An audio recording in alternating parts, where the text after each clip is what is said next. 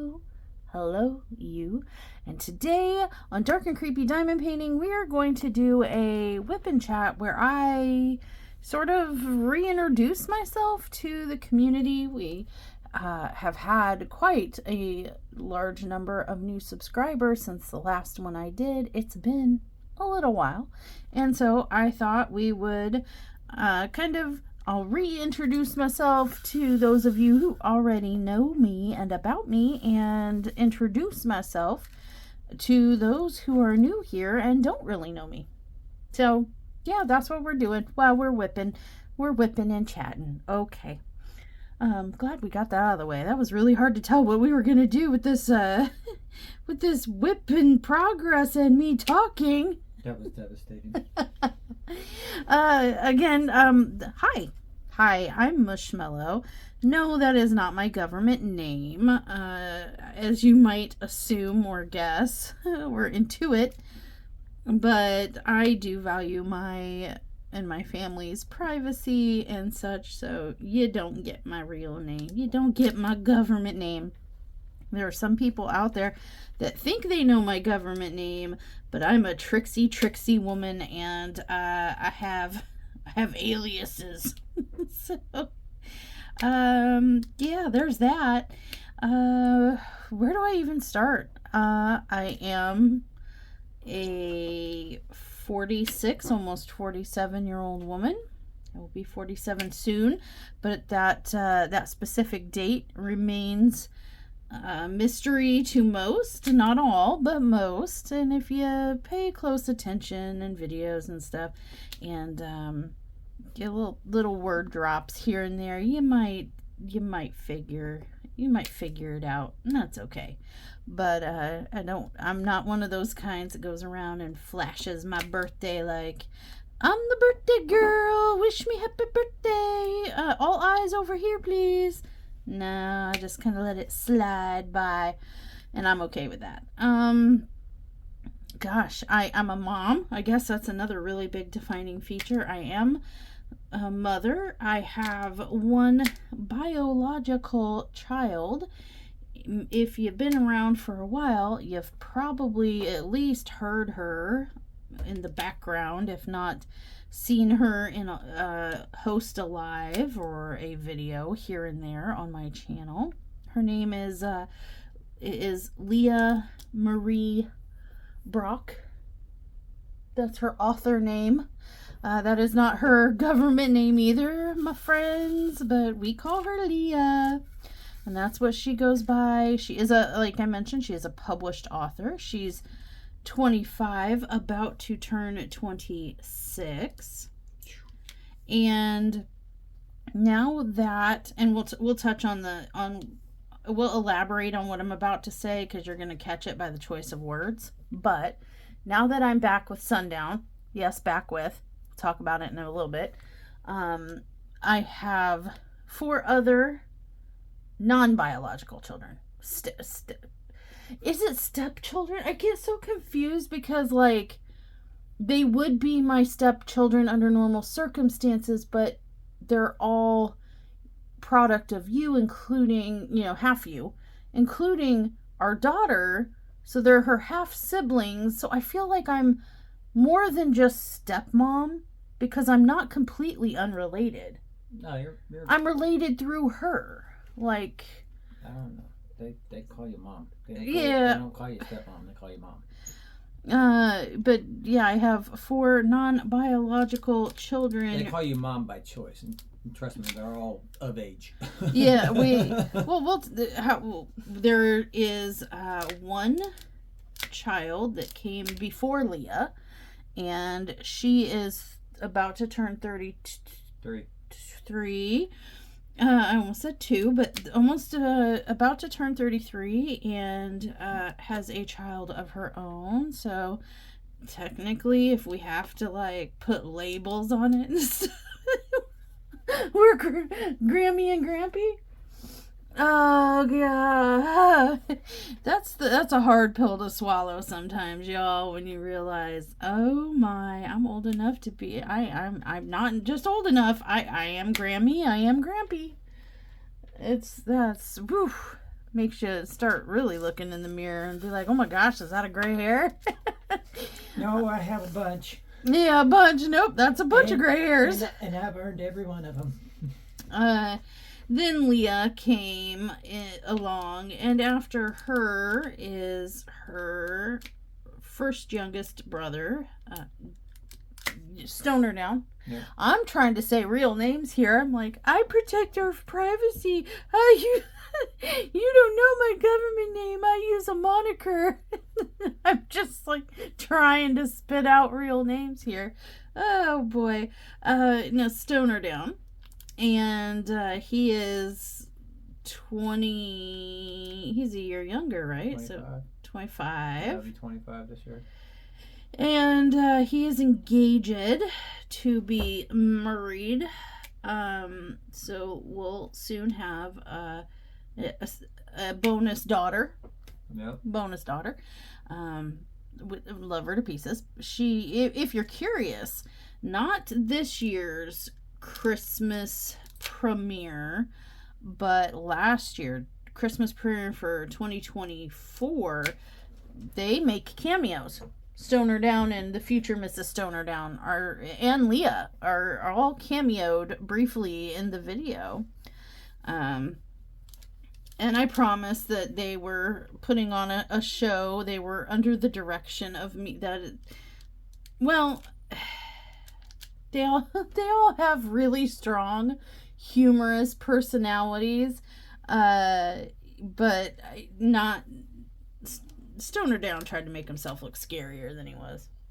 I don't know, man. That beard. Yeah. Well, he was looking more like colonial times Stoner Down with this facial hair. Changed his name to Amish Down. Amish Down. So yeah, there's him, and then after him came little brother number 2. We don't have a moniker for him, really. Dancer Down. Yeah, Dancer Down for sure. We'll call him Dancer Down. He is he does a lot of dancing on TikTok. And then after him, the final one that we know of. No, just kidding. Sorry, Sundown, I had to. Sibling child, sibling number 4 to Leah, but child number 5 in all, would then be Artistic Down. He is the youngest, and he is autistic, and just very artistic, and just a sweetheart. So, yep, five of them children's is around here. And like I said, if anybody knows, like, I feel like I deserve a special. Now I wish I wasn't on my phone filming this, because I would really like to know if there's a designation for a step parent, but that's also the parent of a half sibling. I just feel like there's something. Stepmom doesn't cover it, but I don't know that there's a name for this situation. Well, I mean, they don't.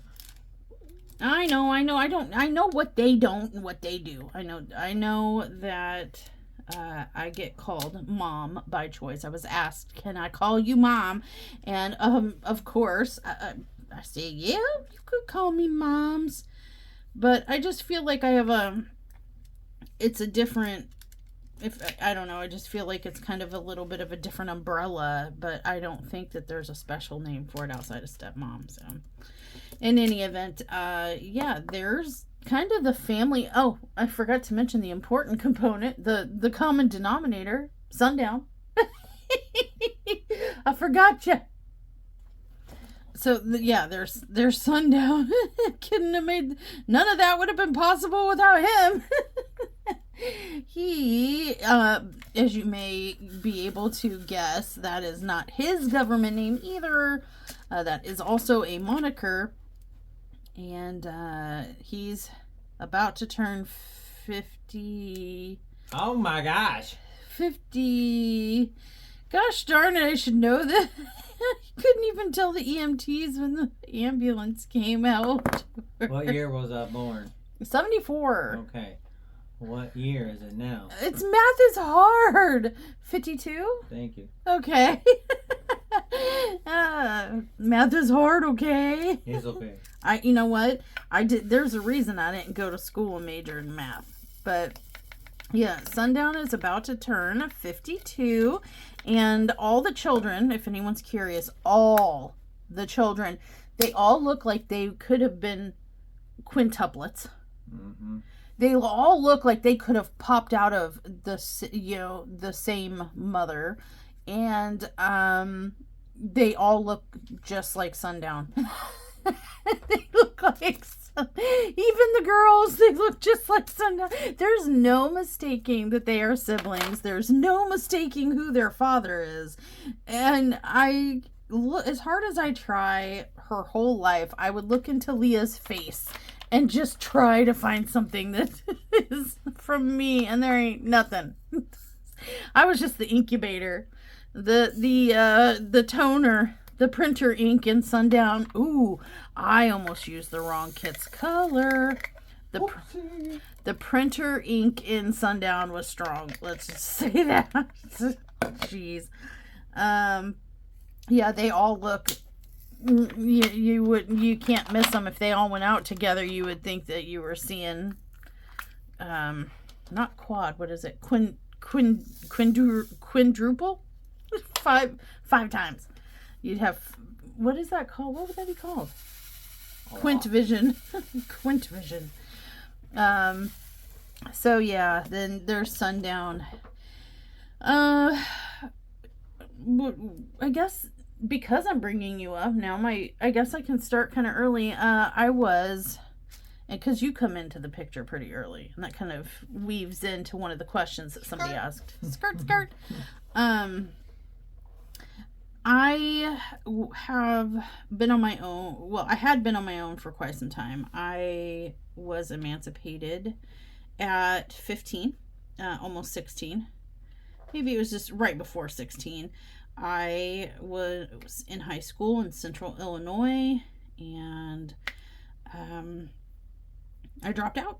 I dropped out of high school, and I embarked on life on my own. I'm estranged from my mother, had a really rough childhood in the mother department, and it kind of strained the relationship in some ways that I had with my father, and it definitely strained my father's relationship with my mother.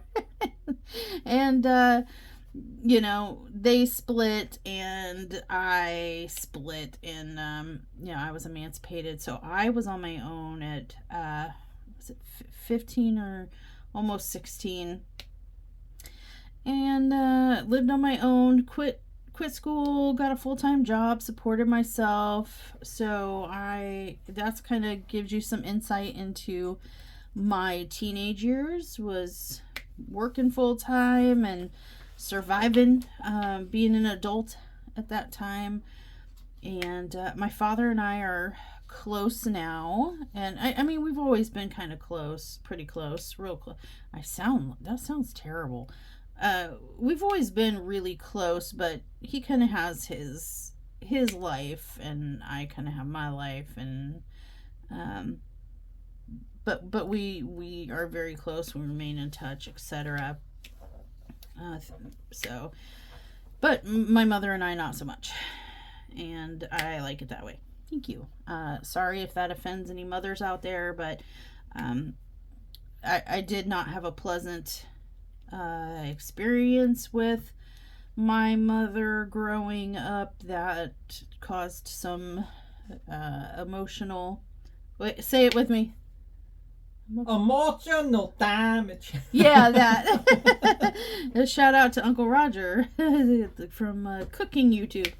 But yeah, so it's a good thing that we are not in each other's lives. It would be very toxic, very traumatic, and not good for anyone. So there's that.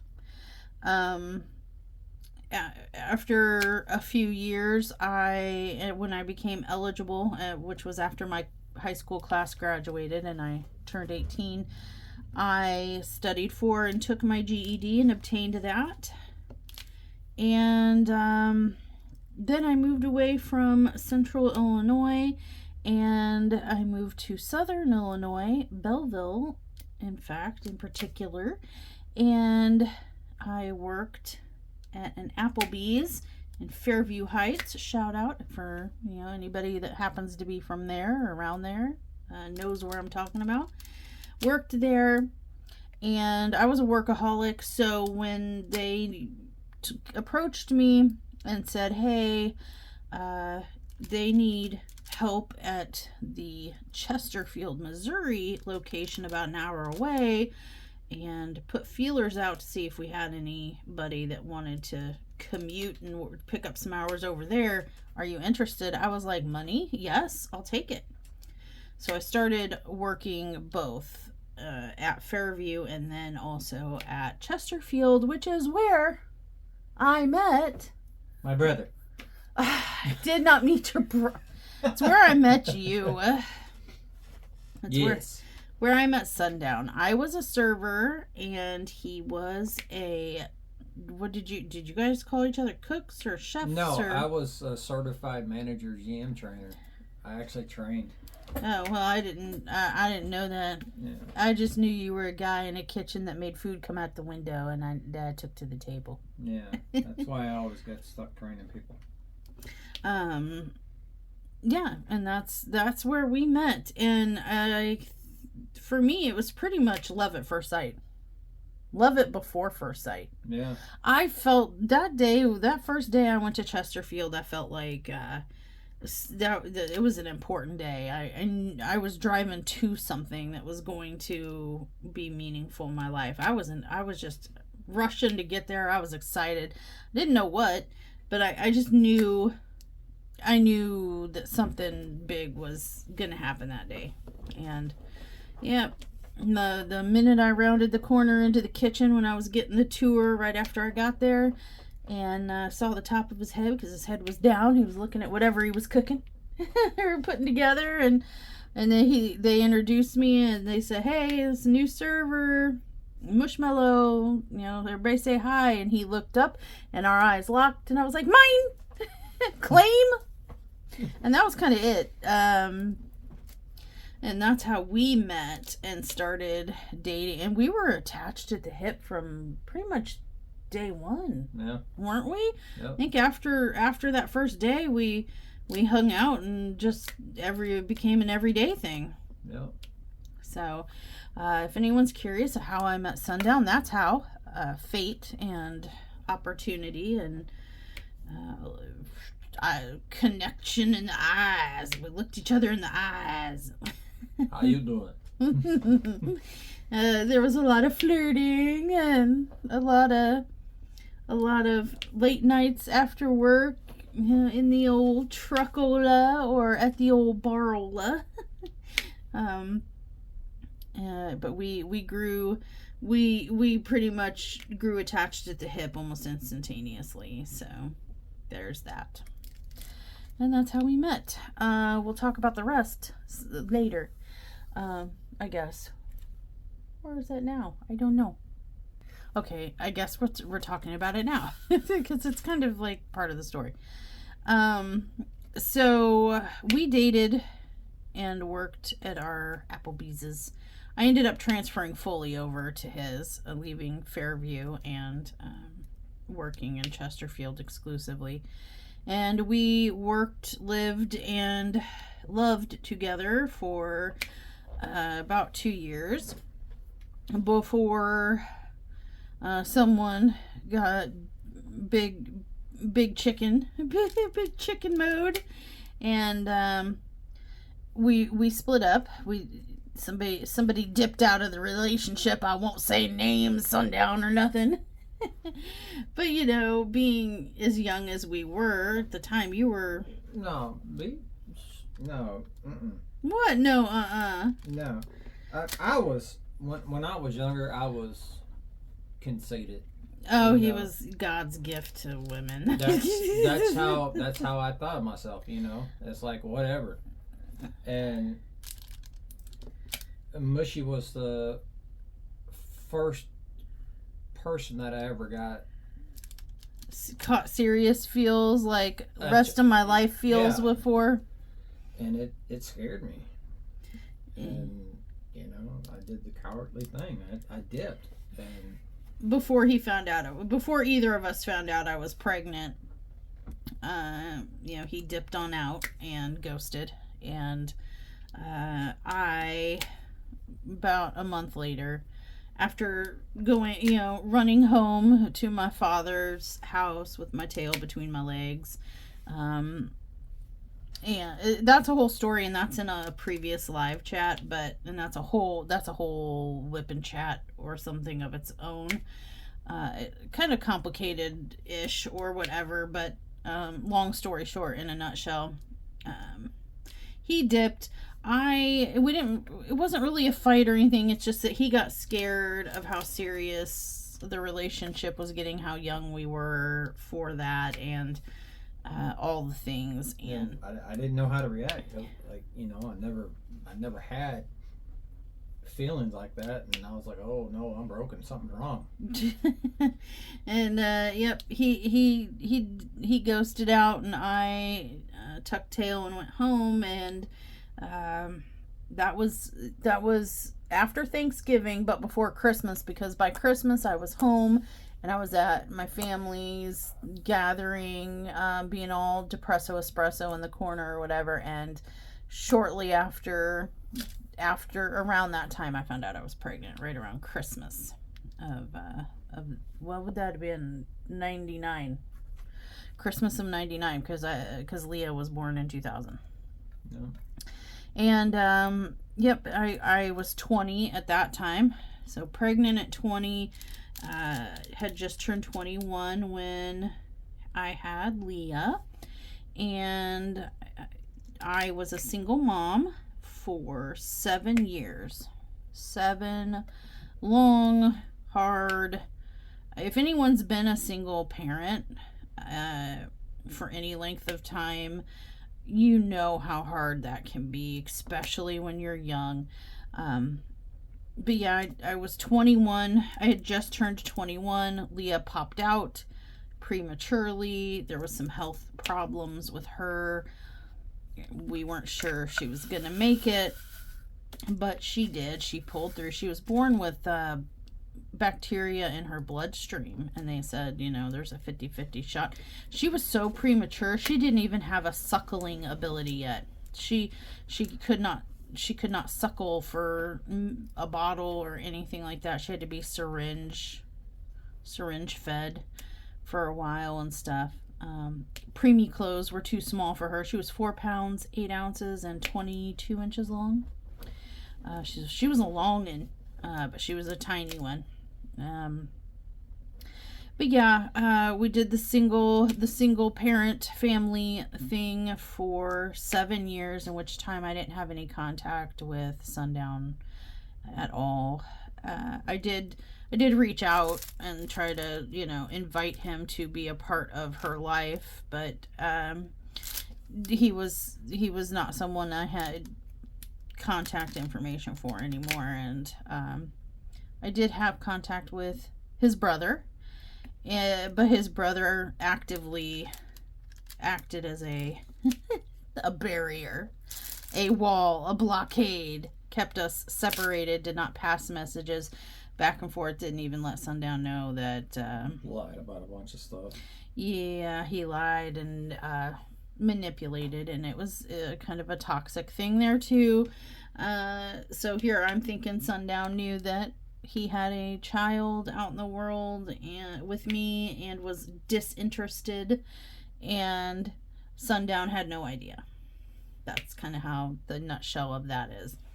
Again, kind of just like family drama. That's, kind of a story for those who, are interested in family drama stories, but not for this WIP Chat here. But yeah, so I went 7 years before I finally just caved to how hard life was and whatnot. Well, before that, during that 7 years, I consistently held 2 to 3 jobs. I put myself through my first 2 years of college. I went to junior college at Parkland in Champaign, Illinois. And then I also I put myself through a bachelor's degree at the University of Illinois in legal studies with a concentration of paralegal. I had a paralegal certificate. My goal was always law school, but I realized that as a single parent, I wasn't going to be able to afford financially law school, but also with the time investment, how rigorous it is, I was unsure that I was going to be able to facilitate that. So being a lawyer was always the dream, but it was just that, a dream. So I settled for the next best thing, which was paralegal. So yeah, I am a certified paralegal, and I have a associate's and bachelor's in said paralegalism. I did get, fun fact, I did win some state awards, including a medal from the governor for my academic achievements. I was the president of one of my school's chapters of the International Honor Society, Phi Theta Kappa. And I actually got a full ride offer package from what is the name of that? It's a baby Ivy League in New York. Starts with a C. I keep wanting to say Concord because that's where I went to ended up going to law school later, but it wasn't that. It was gosh darn it. Somebody help me out here. I had to think about it for a minute. Sorry, Cornell University in New York.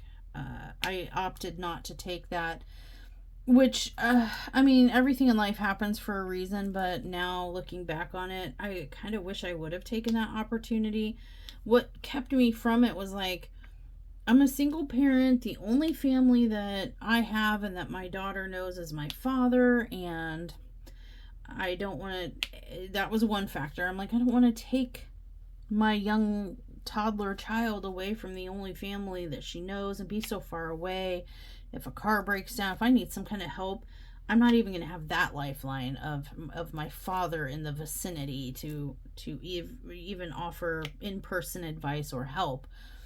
That would have been a big blind leap of faith.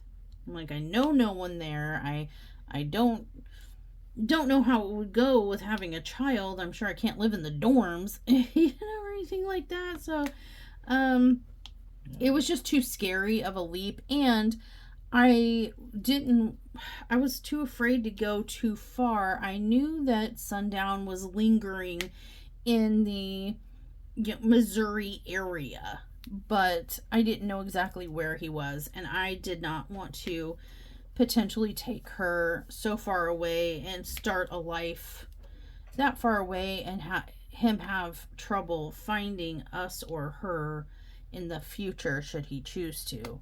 I didn't want to make it harder, and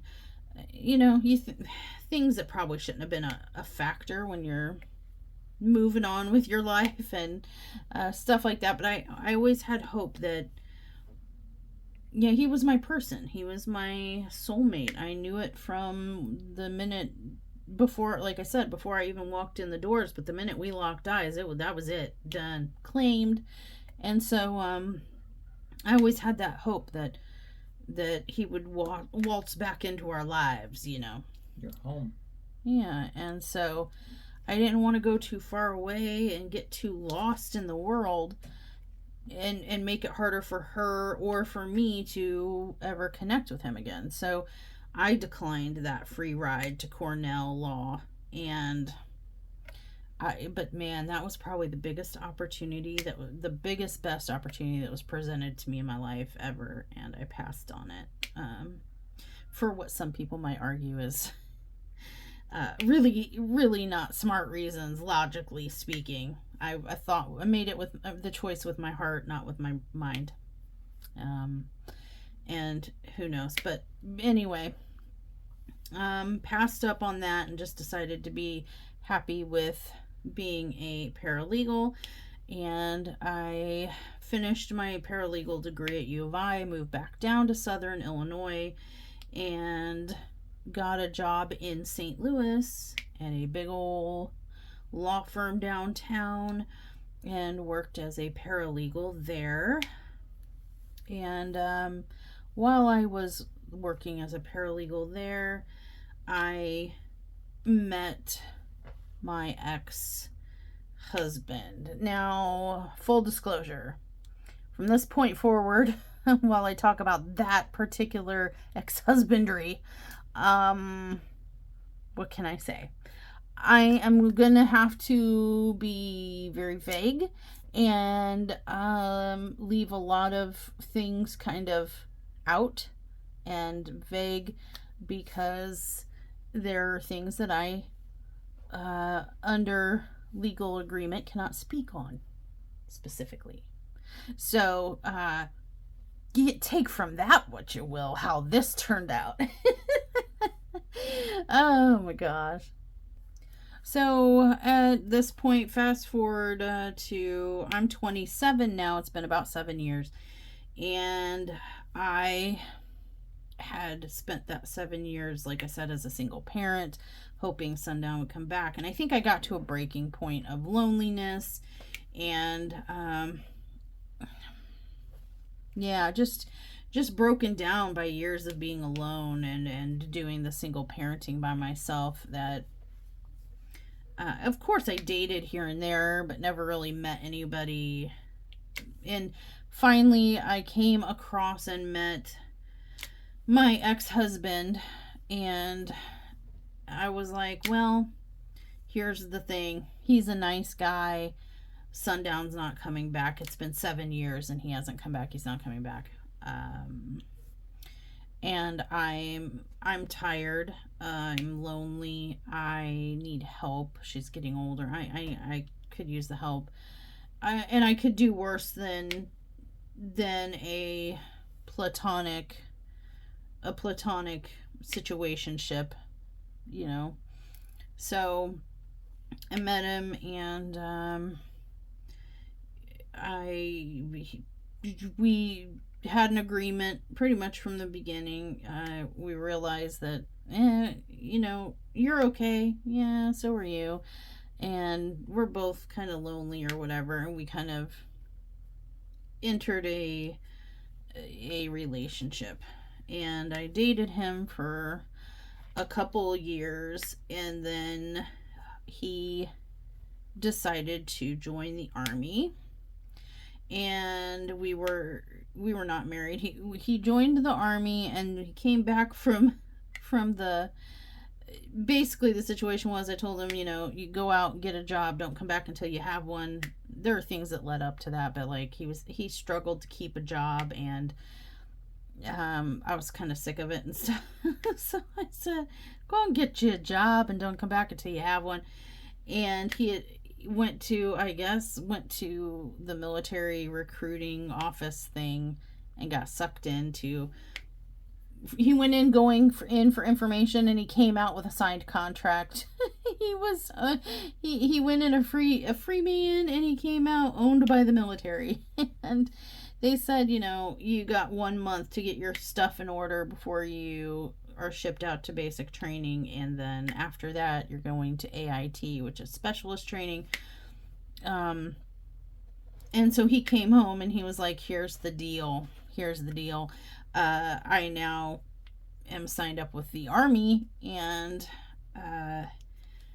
I can't take you with me if we're not married.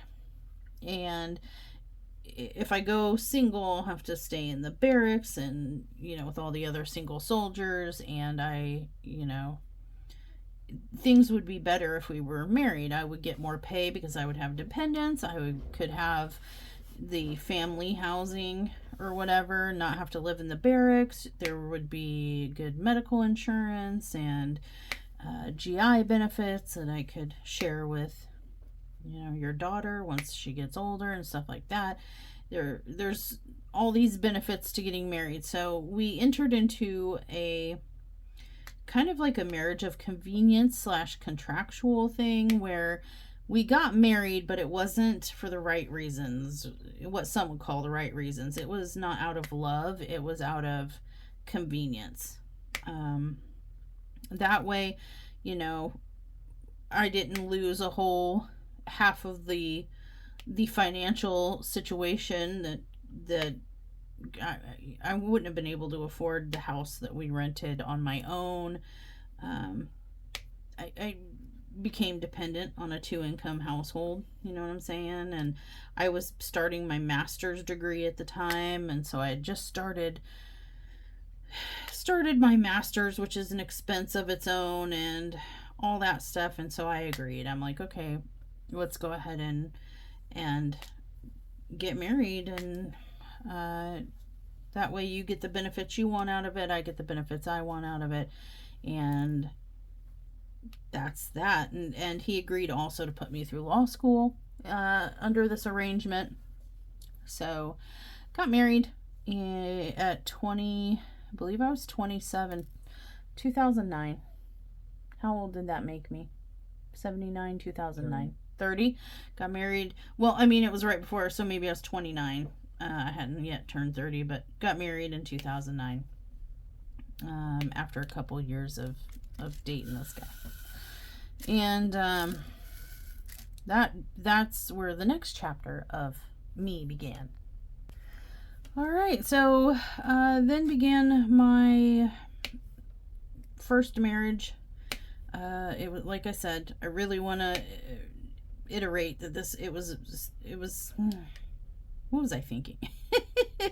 It was, like I said, a marriage of convenience. It was me, having been lonely for so long, and there were perks to it. Like I said, there was medical insurance, there was traveling, that we would get paid to move around here, there, and everywhere over time, and I would get to see more of the world, and I would get to get my education. I was going to get to go to law school. He was going to be gone a lot, and we would be able to have privatized housing, and there more pay, etc. So there was benefits to it, and I lived in a platonic marriage we had separate bedrooms and everything. So it was a platonic marriage for about 15 years after that. So, it was almost a 20-year relationship. But the married part was, I think, just over 14 or 15 years. Over time, that life became strained. That's a strain of its own. And we moved around. We lived in Kansas and then moved to Georgia. So it was Fort Riley, Fort Stewart, and then things I can't really talk about, which led to the end of his Army career. He got medically retired, and we were offered a final move. During all that time, I had gone to and graduated law school with my Juris Doctorate. So for those of you keeping score of some kind, I have an associate's in liberal arts. I have a bachelor in legal studies, paralegal concentration, and half of a master's in abnormal psych, because I was thinking was it abnormal psych or criminal forensic criminal psych? I didn't think I was gonna ever get to go to law school when I started my master's, so my end goal was I wanted to be a criminal profiler. and so I was taking a bunch of psych classes, and then ended up switching to law school and getting my Juris Doctorate instead once I got married and had the ability to do so. And then we decided to move to California, which in hindsight is stupid. It's really expensive there. It's really kind of temperamental. It's hot there. There's summer 1 and summer 2. Those are the 2 seasons. And yeah, just I hated it there. Hated California, but we decided to go there, and that also coincidentally is the second hardest bar exam in the entire country, the first being New York. So that was dumb too.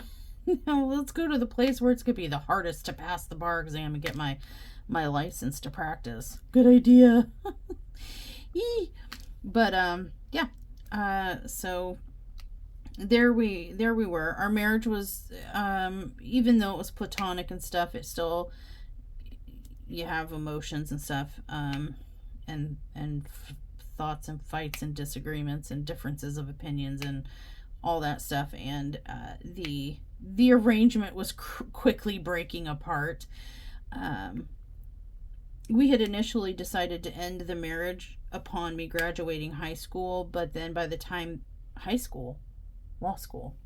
Yeah. By the time I graduated high school. Close enough. Law school. But then the opportunity arose to where Leah could take advantage of leftover GI benefits bestowed upon her through my ex. And so we redid the agreement, because after I graduated law school, that's when our arrangement, our marriage was to end. That's what we agreed on. But then it was so close in proximity to, Leah had already started college. Yeah. When she was in high school, she started college, concurrent enrollment. She was doing high school and college at the same time as a sophomore. You guys, she was 15, 16, and she was already working through her associate's degree. And so she did graduate a year early, and right when I got done with law school, she was getting done with high school and her associate's degree.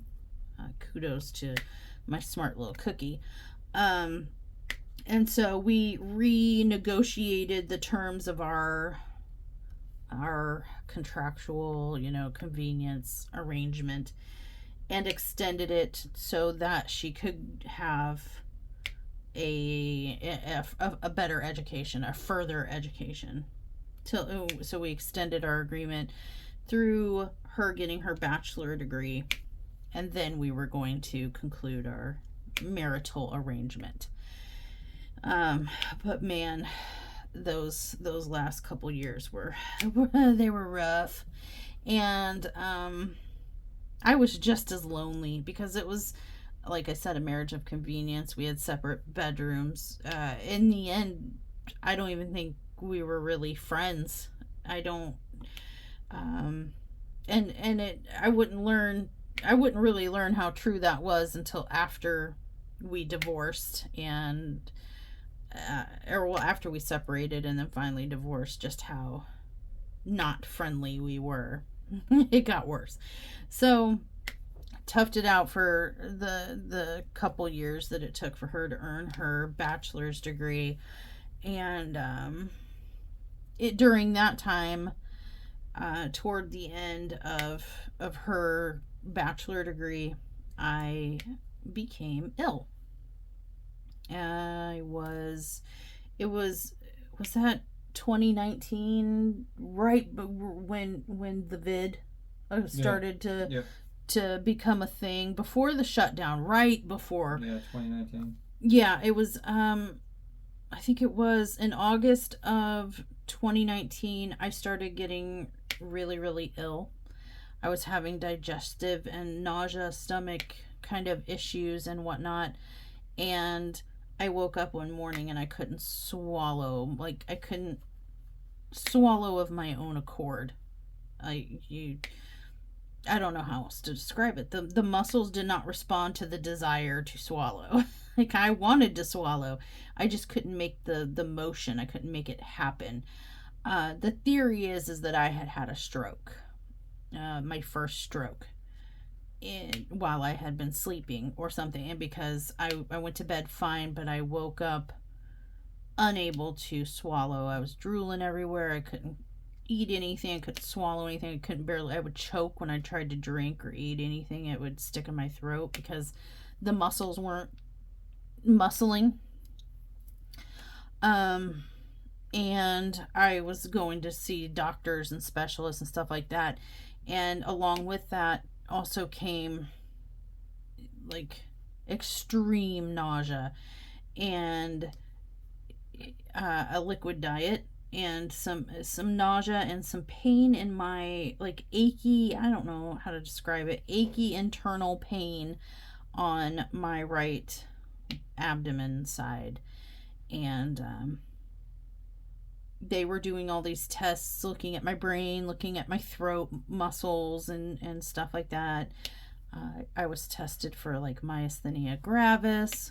So I had all kinds of needles and electrodes poked into my throat and tongue and stuff, testing to see if it was still functional and whatnot. And I was getting all these scans and whatnot.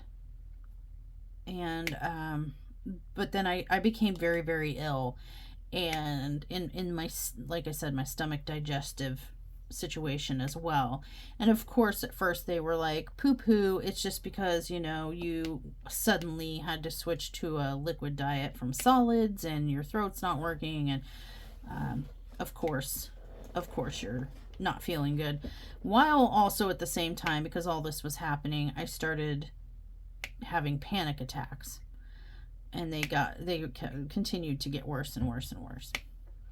So all this stuff right around age 40, right around late 2019, all kind of came at the same time. I had some kind of event, probably a stroke according to the doctors, that took away my throat's ability to swallow, which made me panic. You suddenly lose, I don't know, I was afraid I was going to stop breathing or choke on food or choke on drink. That was happening a lot.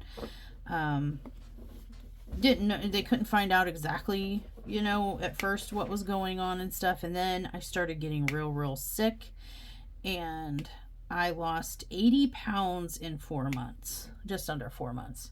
I was losing 1 to 2 pounds a day in the beginning, and then a pound a day as I slendered down, and then a half a pound a day. But yeah, in 4 months I had lost 80 pounds. That's how bad it was. And I felt like I was starving to death and that I was dehydrating to death. I was terrified.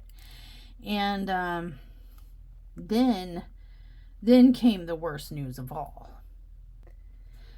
And that news was, during their investigations of why I wasn't feeling good and what was going on and stuff,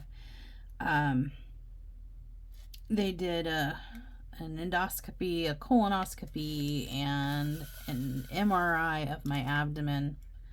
Called me into the office after hours, so it was after their office was, like, technically closed at 5. Called me, asked me to come in at 5:15 once all the patients were gone so that they could have a private conversation with me. And at that point I knew this can't be good. I've never experienced I'd never had that experience before where doctors, like, come in after everyone's gone so that we can talk about your results.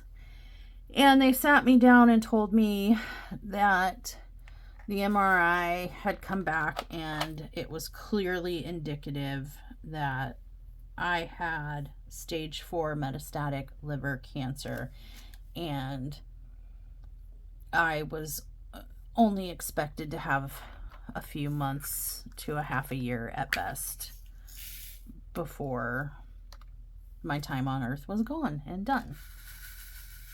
So, of course, that took that anxiety that I had been developing from the fear of like not being able to swallow and them not figuring out what was going on and then finding out that it was probably a stroke. What? Hello? Oh, oh my gosh, you guys saw it here.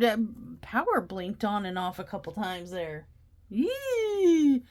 That was devastating. That was kind of, and right when I'm talking about how I was told basically that I was dying.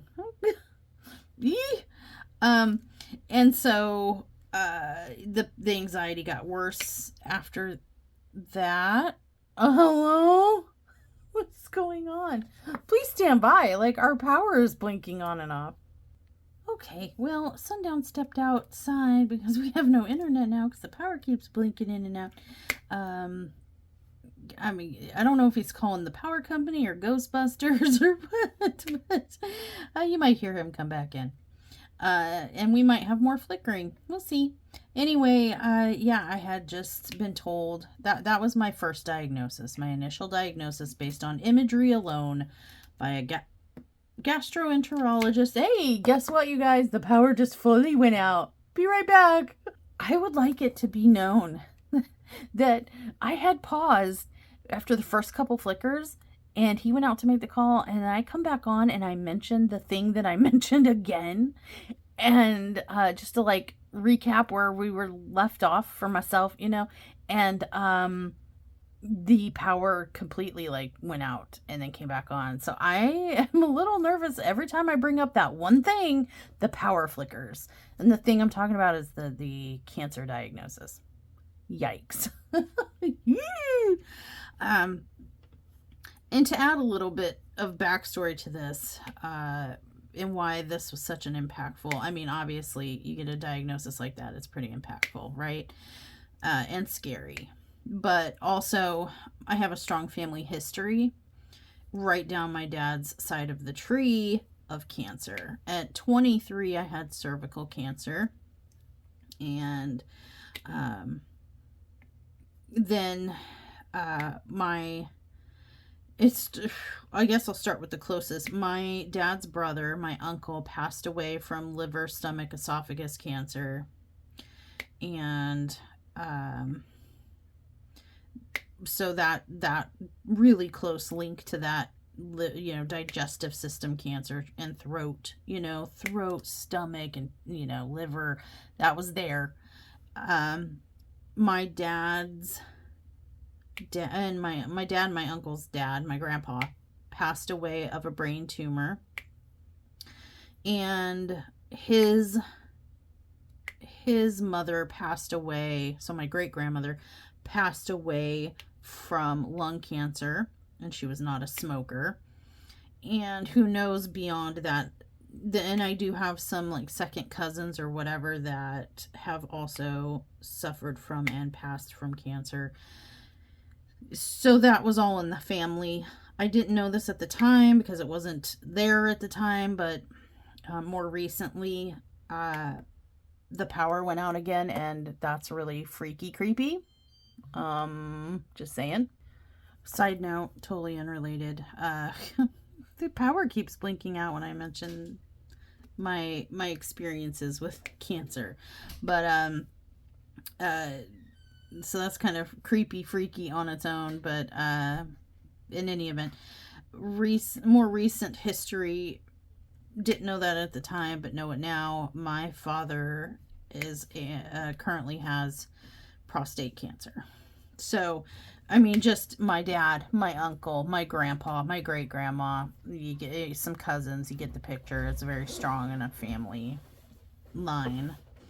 And so that's why I can't see anything. There we go. So of course, that was very devastating and scary, and I had every reason to have faith that was what was happening. I saw the images, I saw the tumors. There were over 24 of them at that time. And the next step was, so just kind of as to recap for those of you following along, all within right before the shutdown, the very big, long government shutdown, and the vid. I had been diagnosed with my first stroke. My throat was not working. I was on an all liquid diet and literally wasting away, melting away. And I was really, really ill. And then I was told that I had stage 4 metastatic liver cancer and was not expected to survive the year.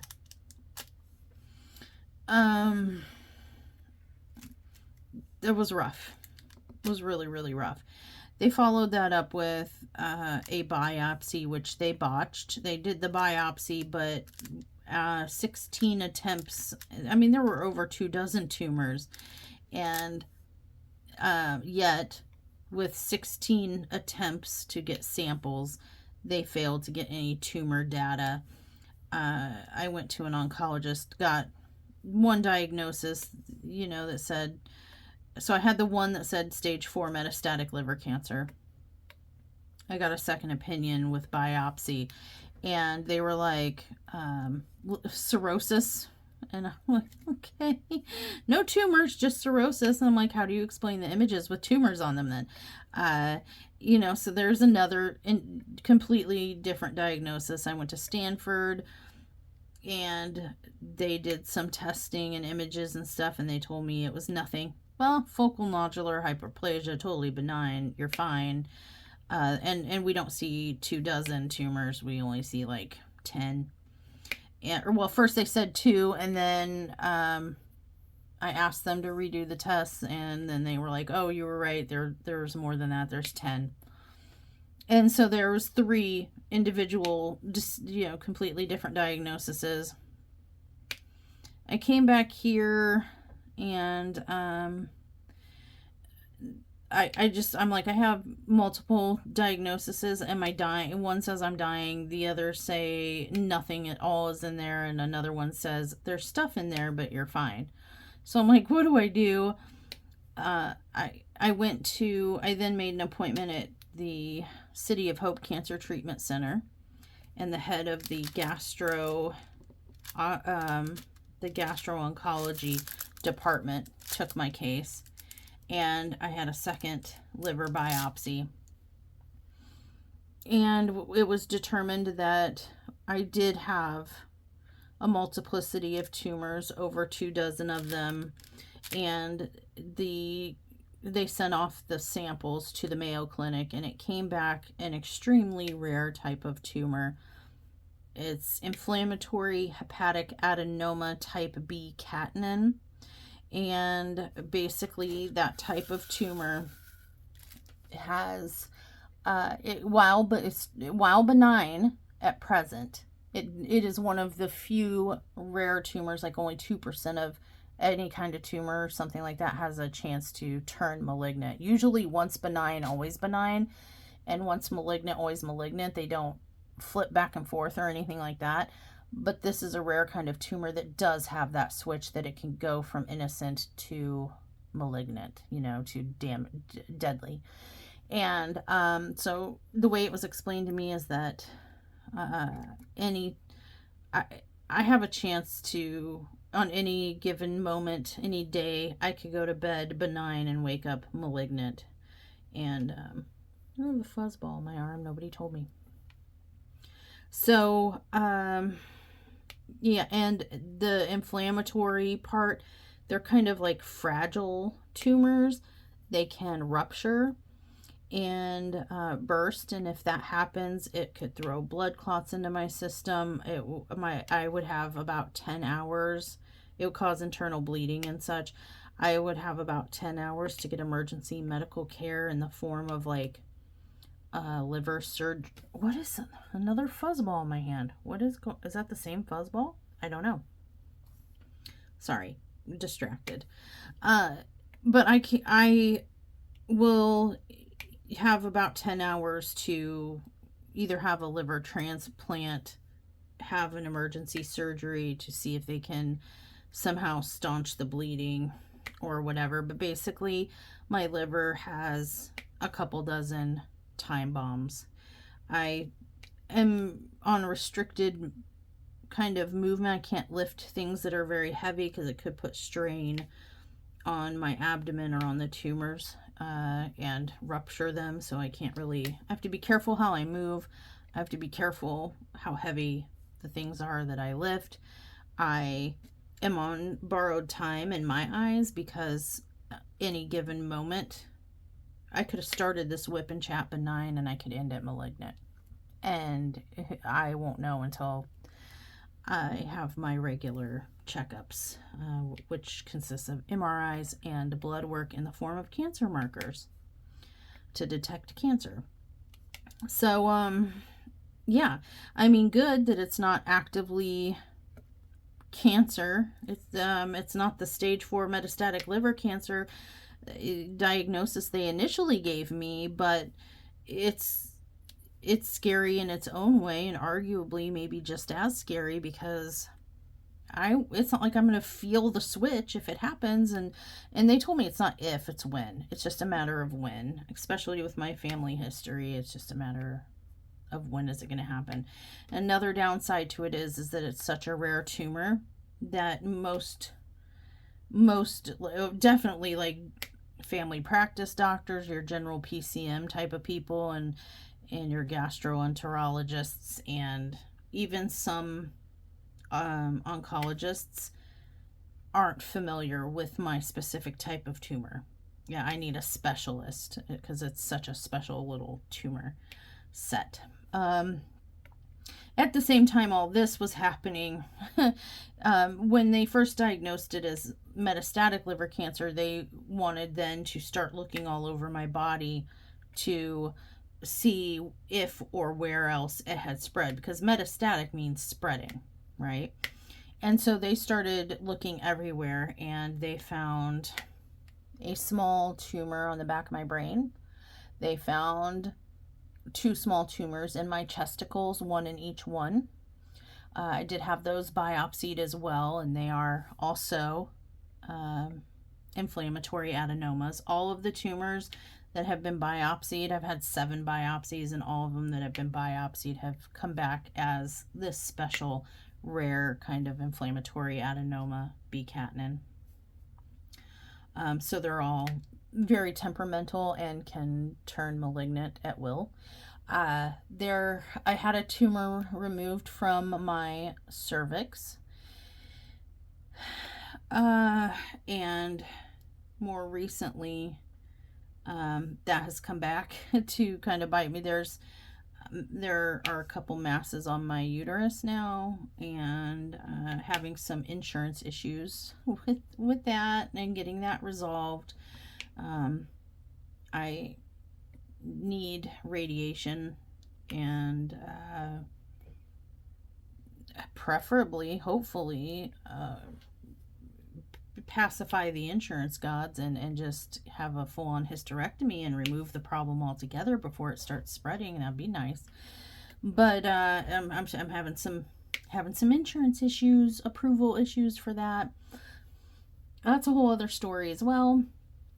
But yeah, they discovered a bunch of other tumors throughout my body. As it stands currently, I have almost as many tumors in my body, in various places, mostly concentrated in my liver, but almost as many as years of age. So yeah, that's kind of medically where we're at right now. But all that was being discovered and happening right at the beginning of the shutdown and during the shutdown. I also had two TIAs, transient ischemic attacks, often referred to as mini strokes, in the same day within hours of each other, within like an hour and a half of each other, that I was awake and present for. That was very unpleasant. And that was kind of the beginning of a stroke journey that I am now on. But those were like the precursors, the hints, the worst to come, you know what I mean? Okay, what letter? Sorry, I had to pause again. The power is not our friend today, friends. All right, H. So, yeah, I have been struggling. My medical situation went downhill from there and continues to falter. With all this major life health scares going on, it made me realize some things. Me and Leah. I had a lot of heart to hearts with Leah because I didn't know, for a while I lived under the assumption that I only had months to live, and I was making arrangements and I was talking to her and we were dealing with it together because she was never really close with her stepfather, and she had heard from over the years, in her teenage years, Sundown had managed to locate Leah and make contact with her, but it was early in her teens, like 13, 14, and she didn't know how to handle it emotionally, wasn't really down for it. I guess she was very cold and standoffish, and sort of rejected any meaningful connection or conversation, and he respected that and was just looming in the background, waiting for her to, if she ever did decide to establish a relationship with him, he was there, but he was not reaching out to her anymore. You know what I'm saying? Because she had asked, she had said, I'm just not interested. But I think with all the medical stuff that was going on and the deterioration of my platonic marriage of convenience, and facing at the time we were working under the first diagnosis, and even knowing the second one, the real one that was confirmed by the Mayo Clinic about these rare tumors that could turn cancerous at any moment or burst at any time and take me out within 10 hours. We had some discussions, and I think it started making her feel some type of way, and I know it did me. It made me realize that I was unhappy in this platonic marriage. We didn't really get along at all anymore, even on a friendship level, my spouse and I, and I realized I don't want to live the what short little bit of life I have left with them. She had just finished her bachelor's degree and was ready to, start her adult life. And I was under the understanding that mine was ending, and I wanted to just be with my daughter. And a lot of hard realizations happen. I'm like, I don't want to be with my platonic spouse when I go. And we were having hard discussions, and I was drawing up legal documents in preparation of my passing and stuff. And one of the discussions that just really put the nail in the coffin for me, that made me realize sorry, that was a poor choice of words, but it is what it is. Made me realize I needed to separate from the marriage I had been in, was when I was discussing end of life and how I wanted a DNR. I did not want life support or anything like that. And my ex-husband said that he could not, even though those were my wishes, he could not honor them. And if asked as my spouse, make a decision here, he would decide to do any and every life-saving measure, even though that was against my wishes. And that's when I realized I need to get out before it's too late. So Leah and I were making preparations to venture out on our own.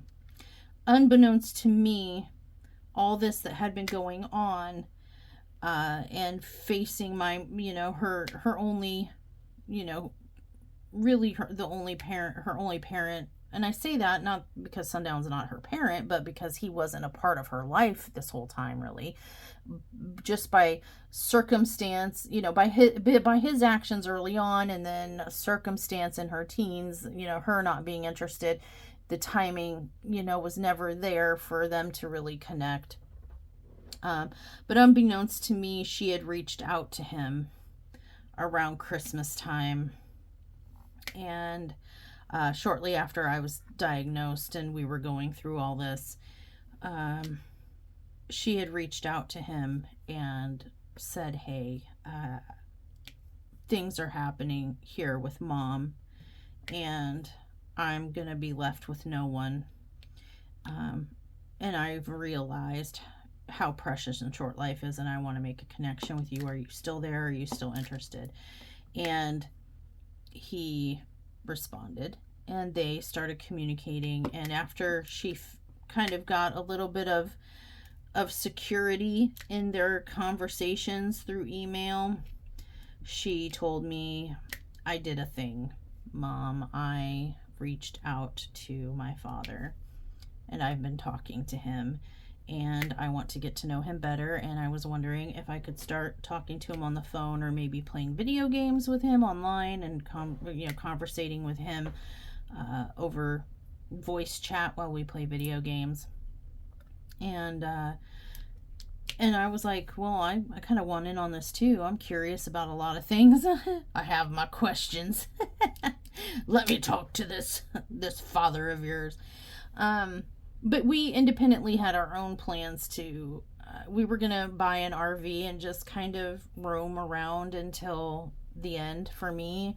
And, we were still trying to figure out what she was going to do when I was gone.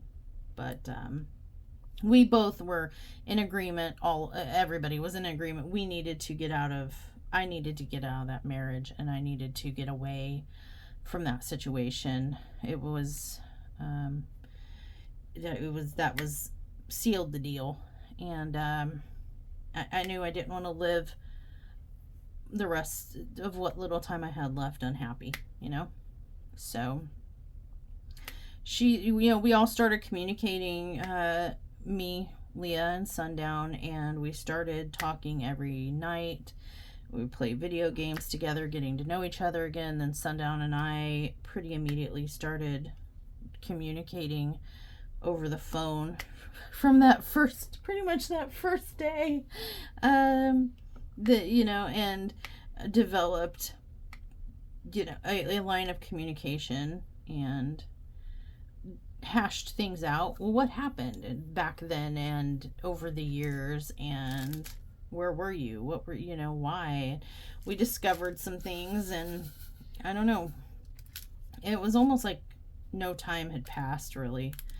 And we'd both grown up and been through some stuff, and he was free. I was becoming free, and he proposed one night, and said, not proposed. He proposed an idea one night when he found out that Leah and I were, what our plan was like, I guess we're going to get an RV and just kind of roam around, because we have nowhere to go. We had nowhere to move. We knew we wanted out of California, and I knew I wanted to spend the last of my time with her. So we were going to, wherever we were going to go, we were going together. But we didn't have anywhere to go. It's not like I had anywhere to go to. And so I thought an RV, at least we'd have our own home, even though it's a moving vehicle. I would know that she had a roof over her head and such when my time comes, and I wouldn't have to worry about her at least having some form of shelter of home. And at that point, she could drive her home anywhere and be anywhere. But I was trying to find people to connect her with, family members like her father. I made sure that she knew how to reach her grandpa, my dad, her uncle, things like that, to have a support system while I was gone, and we told Sundown about that idea, and he was like, I have a proposal for you. And he's like, I have a house in Arkansas. I own it. It's mine. You guys can come if you want. You can, as an option, you could consider coming and living at my house in Arkansas. Both of you, and I will help take care of you until your time comes, and that way we can spend some time together too and repair what we broke 20 years ago. And I can then be there for our daughter when your time comes, and she'll have me. She won't be alone, and you won't be alone when it happens, and all that stuff. But it's up to you. And Leah and I discussed it and said, we don't really know him anymore. It's been, 20 something years, and I don't know how this is going to turn out. I don't know, much of who he is anymore, but he was, I heard his voice and I fell in love again, just like when I was younger. So, I was like, is this something I want for the end of my life? And I was like, yes, I think so. And she was like, well, I'm really interested in getting to know him better and having him be a part of my life. Let's do it. So we abandoned our plans for RV life, and we packed up our belongings, and on blind faith and love, I guess. I mean, I don't know how else to put it. We packed up and moved across the country from California to Arkansas. Sundown came along to the house with us, and we have all been inseparable ever since. And that, after I got here, I filed for divorce. Can't really discuss too much about it. There was a WIP Chat series about it, but it was a 3-part series. I can't even tell you the title of it. I had to remove it from my channel. I had to remove it from existence under a divorce agreement. So I can't really talk about it, and it's not available for you to view anymore. But just know, for those of you who did see it, they'll tell you it was out there, and it was quite a wild story. But in any event, divorced my ex. I am now with Sundown. Leah is now with her father, and I am now with her father, and we are happy, and there's that. I mean, does that sound about right? Who's the father? Oh my gosh, Sundown's.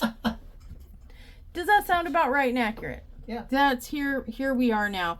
Oh, and since being here, some elements of my health has improved in terms of, there's been some improvement. Not that I'm magically, miraculously getting better, tumors disappearing and things Depends like that. On what doctor you talk to. Yeah. Oh my God, that's a whole other thing too. Is the medical care here in Arkansas?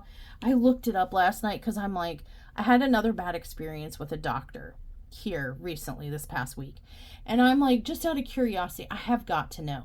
And so I looked up where in the spectrum of all 50 states where Arkansas falls in terms of its medical care. Number 49. It's the second worst state in the entire country for medical care. Oh, crap. And it makes sense. It explains a lot. But since being here, I feel happier. Mentally, I'm in a much better place with here in Arkansas and here with Sundown and everything. I'm in a much happier, better mental space. Obviously, I have outlived the 3 to 6 month initial prognosis. I'm still alive and kicking. I do still have, in fact, they did just find, how many was it? 5 or 6 new tumors, including that one with malignant Was it 6? 6. Sorry, I was yawning. No, I put it in a video, including the picture of the MRI results, like where you can see my liver, and the radiologist circled and pointed arrows at stuff of note. There are 6 new tumors on my liver. One is bigger than the rest, and it's showing indications of malignancy. I am trying to get that looked at around here, but there are no specialists that are familiar with my type of tumor in the area. We've been going up to St. Louis to deal with it, but now that I have had a change of insurance, I don't know that I'll be able to continue that care, but it's being monitored. I had a brain damaging stroke last year, and I think otherwise my medical stuff is all kind of still the same. I'm having something to do with my shoulder joint, fluid building up in the joint. I need a shoulder replacement. That's a new medical thing. So but I'm handling it a lot better now because mentally I'm happy. I feel like if the worst thing happened to me tomorrow, I would go in peace, knowing that I am safe and happy with Sundown, and that he will honor my wishes and do his best to make me comfortable, safe, happy until the last minute that I'm breathing, and that Leah is reunited with her father and they have a good, healthy, strong relationship and trust, and that I know I'm leaving my daughter in good hands. So in that respect, I'm going to start crying, so I'm going to stop talking about it, but in that respect, I feel like everything is happy. I'm at peace. I'm content. So my body keeps throwing things at me, and that's okay because at least I'm out of the situation I was in, and I got my soulmate back, and we're happier than ever than I think either of us have ever been since we were together the first time. Is that fair to say? Yeah. So yeah, that's kind of me in a really long nutshell version. It leaves a lot of details and specifics out. They can be found in old WIP and chats if you're interested, but I just kind of wanted to take the opportunity to reintroduce myself to the community, and introduce myself to some of the newer people in the community who maybe didn't know really anything about me. As it is now, I am considered disabled, and so I do not work. My medical conditions, 2 of them are considered like automatic disability on the disability list. So yeah, and Sundown is disabled as well. We'll talk a little bit about Sundown. If you don't know who Sundown is, that's him. He's over there. He says hi. How you doing? Okay, so let's talk about Sundown. Like I mentioned, Sundown is about to turn 52. Fun fact, Leah's birthday and Sundown's birthday, Leah almost shared a birthday with her father. She tried really hard. She was almost 2 months premature. She popped out on July 21st. Sundown, his birthday is July 19th. She tried to come out on his birthday and was unsuccessful in her mission. I thought my birthday was the 17th. Stop. I don't know why, but I keep trying to say his birthday's the 17th, and I don't know anyone with the birthday on the 17th. Yeah, I have fun with it. He always teases me and stuff, but about that. But did you toot? No. Oh, okay. Just checking. I'm like, please don't toot while we're filming, sir. Oh, I would claim that. So, like I said, Sundown and I met when I was 18 and you were 20, that would have made you 23? 22, 23? 5 years from 18. Yeah, 23. 23. Yep. And at that time, Wow. your Shorty daughter was 7. four. Was No. I remember her being like 7, 6 or 7. Oh, he's mathing. Give him a minute.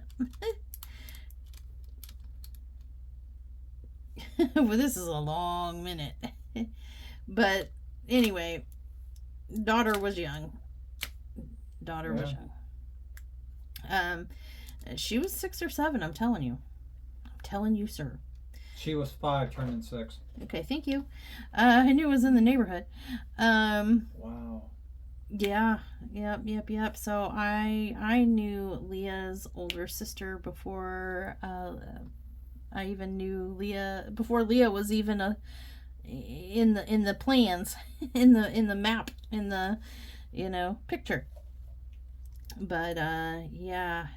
And then he was a supervisory role, kitchen-y, cookie person, trainer, managery person at Applebee's when we met. And yeah, what do you want to do? Anything you want?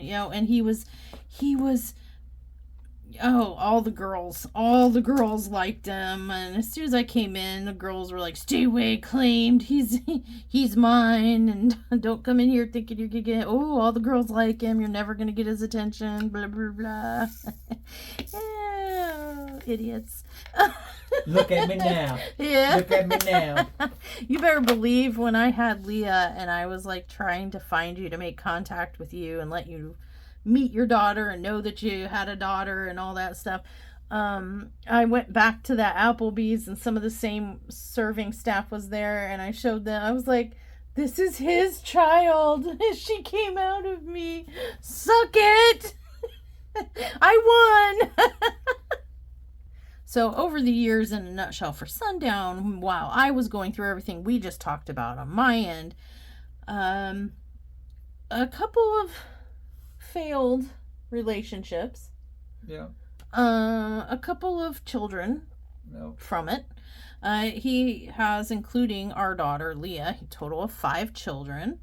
And one unhappy, two not so great marriages, ex-marriages. Yeah, that's what you're gonna call them. 2 failed marriages. And lots of growing up. He was a cocky son of a gun. I was looking for the love that I threw away, and it wasn't there until now. Yeah, because they weren't me. So Exactly. there's that. True story. Yeah, and I think that's kind of why I entered into a marriage of convenience, is because I knew I was never going to love anybody else. I never could really find anybody else that I got even remotely close to how I felt about you.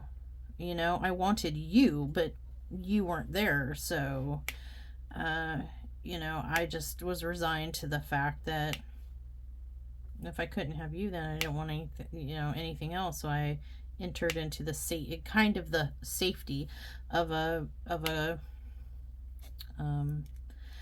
platonic, contractual kind of marriage of convenience, just to have someone there to help with life, but not someone that I actually was in love with or anything.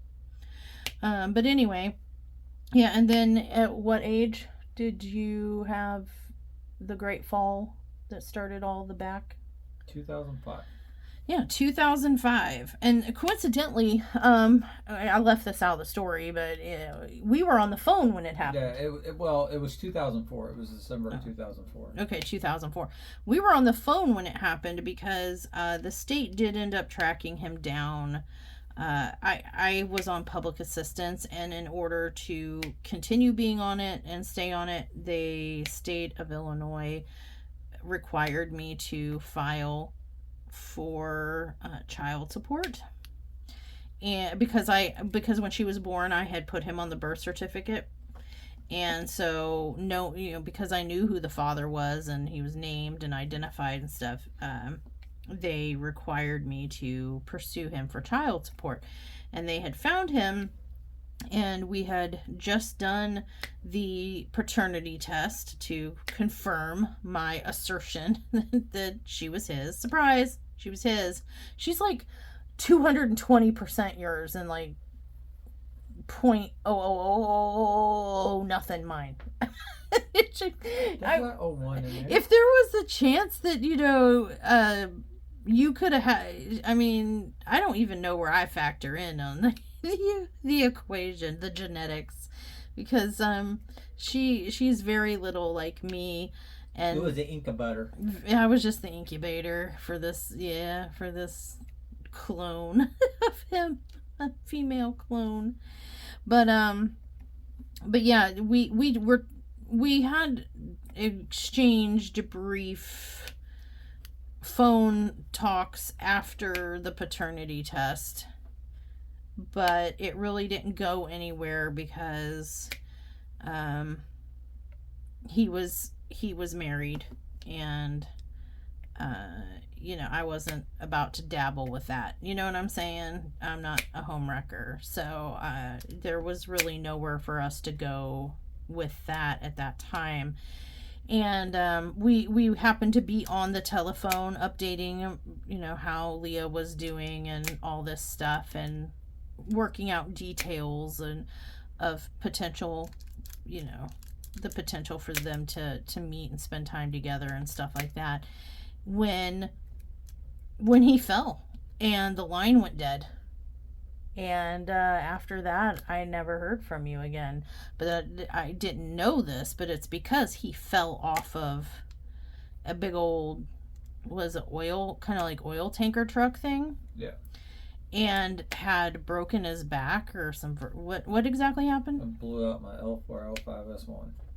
And that started a series of back surgeries and painful recoveries and things like that. But and then we lost each other in life, in the flow of life, and contact information and all that had changed and stuff like that. So we lost each other and lost the line of communication after that, because you ended up having how many? 5 back surgeries, because you had 6 and 7 recently. Yeah. So I mean, he was having back surgery after back surgery, and then got diagnosed with MS. Yep. And Yay! Amidst all his medical stuff and then all my medical stuff and all that, and us moving, Leah and I being in a military situation, we were moving every couple years and changing information and stuff, and so he lost us and we lost him, and that's just kind of what it is. We lost touch again and couldn't find each other again. So that's why there were all the years of no communication. But yeah, I was on the phone with him when he fell and the line went dead, and I figured he was just being a D-bag again. I'm like, oh well, some things never change. but no, oops, my bad, sorry, misjudged you there. You fell off a truck and blew out some of your discs. That'd be alright. If I'd have hit my head, I'd have been okay. Yeah, you have a hard head. If you would have landed on your head, you would have walked away with maybe a little headache. So yeah, that was now Sundown is medically disabled as well, and so we are a family who lives in a limited means situation. Currently, we do live together in a house that he owns and on property that he owns in Northeast Arkansas. And we have developed it into a small little poultry farm situation. Our daughter hopes that we expand it into other animals as well. Don't know about that. She doesn't take the best care without being bullied. She doesn't take the best care of the birds we got. We have to really stay on her about that. And, you know, but we do have our property. We're working on developing that, and we do some farming on it as well. And we have all the eggs one could ever need or want, because we have so many birds and they lay eggs, and we don't use them for meat like the birds. We don't. We just take their eggs, and some of them we incubate and we hatch and we grow into our own little babies, and some of them they're breakfast. Sorry, it is what it is. I guess the only other thing that would bring you up to date and stuff like that would be that we now, you know, do live across the street from Mom Down, and Mom Down has a whole other set of issues, but you'll often hear us talk about Mom Down. She is on the very slippery slope of dementia, and as you can maybe imagine, it is a handful. She's a spicy woman in the first place, and then with the dementia effects kicking in, she is super ultra mega spicy. And yeah, she's a handful. It's a lot, but we try to help take care of her the best we can over here. So you'll hear some stories about the Mom Down saga. Her and I, historically, even from when I was younger, our first time around in our relationship, Mom Down and I didn't 100% fully get along. Like, we, you know, I don't think I was ever on her favorites list, and she wasn't ever on mine, but it's gotten even better now. So yeah, I mean, you're caught up to date on kind of who I am and what my life's been about, and what I've done in my life in a nutshell, and who Sundown is, who Leah is, kind of an overall general picture of me and you know, Leah and Sundown. So hi, I'm Mushmellow. Hi, that was me. I'm Sundown. And now I have a list of questions that came in on Facebook when I said I was going to do a video like this, and I asked if anybody had any questions specifically that they would like me to answer in this WIP Chat, and I do have a few, and I'm going to share them with you now and answer them. So I know you want an arch burger. We're almost done. Okay. So arch burgers at McDonald's just came out today, and Sundown really wants one. I guess I should also mention, and some of you might want to know, I started this YouTube channel a little over 2 years ago. It's been a minute. 2.25 years ago, something like that. And I started it because for various reasons. The biggest one is I love diamond painting. I picked it up during the time where it was in hopes of helping me maintain control over my anxiety and panic, especially after the diagnosis where they you're only going to be here for a couple more months, you know. And I thought, well, I'm going to be going through probably some cancer treatments, or at least be feeling like crap. I need a craft, something to take my mind off it that I can do laying down. I'm an avid reader. I love to read. It's a guilty pleasure, okay? Don't judge me, but I do like paranormal, like teeny bopper sort of young adult, not teeny bopper, but paranormal young adult books. Like, I know people are gonna hate on me for this. I liked the Twilight books. I liked the 50 Shades of Grey books. I like, you know, stuff like that. So, judgment-free zone. Leave me alone. Let me have my guilty pleasures, please and thank you. But I found that reading, my mind would still wander, and I would spiral into a panic attack. Yeah, it wasn't enough to keep my attention and focus. I needed something that combined tactile and mental, and I somehow stumbled across diamond painting while looking for a new craft to try, and I had been hooked ever since. I started the channel because primarily one of the bigger reasons was I wanted there to be videos with my voice and my thoughts and me talking and explaining and discussing and venting and like WIP chats and things left behind for when my time does come. It's something that Sundown and my dad, if he's still here, and my daughter can hear my voice. They can see at least my hands. They can see me doing something I love and sharing it with others, and it's something that will always be there, long after I'm gone.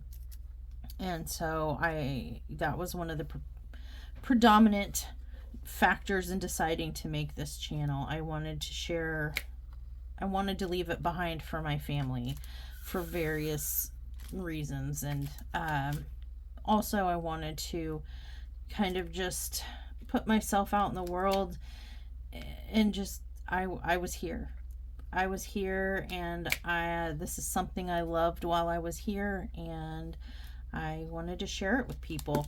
I noticed that there was like nobody outside of Halloween season doing horror, gothic, darker diamond painting art on a consistent basis. And that's what I was interested in. And I'm like, well, if nobody else is going to do it for me to watch, I'm going to do it. And so here we are. I decided to do it for that reason as well. Share my passion for, the darker imagery, and my love of 80s 90s slashers, and taking things that are meant to be scary and or ugly and turning them into beautiful things, and taking the scary power away by turning it into something pretty. And so I wanted to share that with anyone else who wanted to share with me and join with me. And I just wanted to put it out there, and someday, for people to maybe see or find my videos and know that I was here and I cared about things, and I was a person, and I had a life, and I had feelings, and I had a family, and get to know me and what I was about, and have something for my family to go back and look at and hear my voice and see my me. And so yeah, that's why I started a channel. If anybody's asking, nope, nobody asked. If you're anyone who was curious, yeah, sure. Words are hard. I'm getting tired. Okay, questions. Missy D asks, how did you and Sundown get your nicknames? Is it just for YouTube, or do you have any other nicknames for each other? Mushmellow, for me, Mushmellow is a name that I used to use in online video games, MMORPGs, for years. And that name came about because when Leah was a child, she had an alternate, instead of having an imaginary friend, she had an imaginary personality. She had an alternate personality that she would entertain me with, and she would suddenly not be Leah anymore. I'm not Leah, she called herself Mushmellow, but that name was taken up everywhere, all over the place, and so I changed it to Mushmellow because I'm like, you know what, I am the mushy version of marshmallow. I'm like a soggy marshmallow, which would be a mushmellow. And that's just the name that I used. It's a callback to Leah and her humor and personality and our connection, and it's something that means something to me and her specifically. So that's how Mushmellow came about. How about Sundown? I used to do competitive car audio, and one of the brands that I used to run was Sundown Audio, and that's how I got the nickname Sundown, because that's how everyone knew me as. The Sundown Challenger guy. The Sundown Challenger guy. Yep, and so that is just kind of where we came up with our monikers. They were monikers that were already in our lives. Do we have any other nicknames for each other? Butthead? Seriously though, no. Do we don't really, I mean...